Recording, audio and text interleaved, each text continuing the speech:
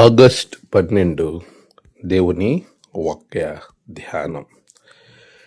మన ప్రభు అయిన యేసుక్రీస్తు కృప మీ ఆత్మతో ఉండునుగాక. ఆమేన్. గలతీలకు రాసిన పత్రిక 6వ అధ్యాయం 18వ వచనం. మన ప్రభు అయిన యేసుక్రీస్తు నామంలో మీ అందరికీ ఈ ఉదయము శుభములు తెలియజేస్తూ ఉన్నాను. ప్రియమైన విశ్వాసులారా, దేవుని యొక్క మహాకృపలో మీరంతా క్షేమంగా ఉన్నారు అని నేను తలంచుచూ ఉన్నాను. మన దేవుడు చాలా అద్వితీయ ప్రభువు. ఆయన మనకిచ్చే ఆశీర్వాదము చాలా గొప్పగా ఉంటుంది. మీరు ఈరోజు వాక్యాన్ని మనం గమనిస్తే గలతీ సంఘంతో పౌలు చక్కగా మాట్లాడుతూ ఉన్నాడు. మన ప్రభువైన యేసుక్రీస్తు కృప మీకు తోడుగా ఉండును. నిజమే, ఆయన కృప మనకు తోడుగా ఉన్నప్పుడు, ఆయన కృపలో మనము ముందుకు వెళుతున్నప్పుడు మన జీవితాలు నిశ్చింతగా ఉంటాయి అనే విషయాన్ని జ్ఞాపకం చేయాలి. పౌలు తన వ్యక్తిగత జీవితంలో తను పొందుకున్న అనుభవమే. తను ఇబ్బందికరమైన పరిస్థితుల్లో ఉన్నప్పుడు నా శరీరములో ఉన్న ముళ్ళును తీసివేయి అని ప్రభుకి ప్రార్థించగా ప్రభువే స్వయంగా చెప్పిన మాట, నా కృప నీకు చాలును. ఈరోజు నీకు మానసిక ఆందోళన ఏదైనా ఉన్నదా? మానసికంగా నీవు కృంగిపోతున్నావా? ఇన్ఫీరియారిటీ కాంప్లెక్స్తో బాధపడుతున్నావా? నీకున్న అనిశ్చిత లేతే కంగారు, భయము, ఇలాంటి భయానకమైన పరిస్థితుల మధ్య నువ్వు వెళ్తున్నావా? ప్రభు అంటున్నాడు, నా కృప నీకు చాలు. అంతేకాదు, మనము పాపములతో చచ్చిన వారమై, అపరాధములతో చచ్చిన వారమై ఉండగా ఆయన కృపతో మనలను బ్రతికించెను. దేవుని కృప మనలను బ్రతికిస్తుంది.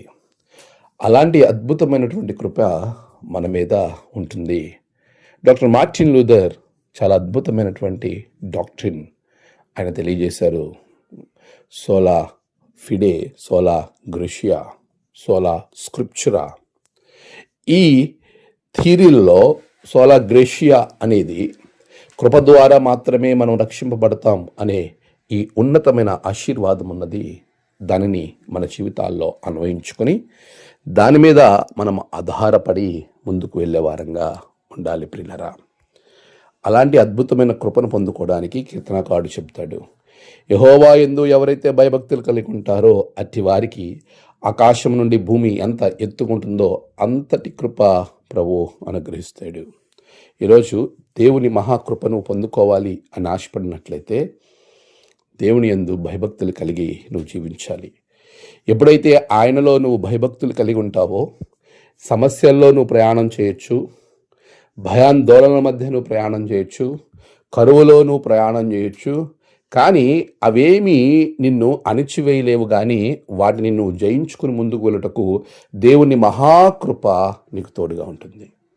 అట్టి ఆశీర్వాదము ఆ రోజు గలతీలకు పౌలు తన యొక్క ఆశీర్వాదం ద్వారా దేవుని యొక్క దీవెన అందించాడు. తిరిగి మరలా ప్రభువు అదే ఆశీర్వాదాన్ని మనకిస్తున్నాడు. మరి దేవుని యందు భయభక్తులు కలిగి ఉండడానికి సిద్ధంగా ఉన్నావా? దేవునిలో నువ్వు స్థిరపరచబడతావా? అయితే ప్రభు అంటున్నాడు, నా కృప నీకు చాలును. ఆమేన్. ప్రార్థన. సర్వశక్తిమంతుడా, గొప్ప దేవా, గడిచిన కాలమంతా నీ బిడ్డలకు తోడుగున్నావు. ఈ ఉదయం నీ బిడ్డల జీవితంలో ఉన్న కంగారు, ఆందోళన, భయము, ఇబ్బంది అవన్నీ పోవుటకు నువ్వు ఇచ్చిన గొప్ప అభయం, నా కృప నీకు చాలును.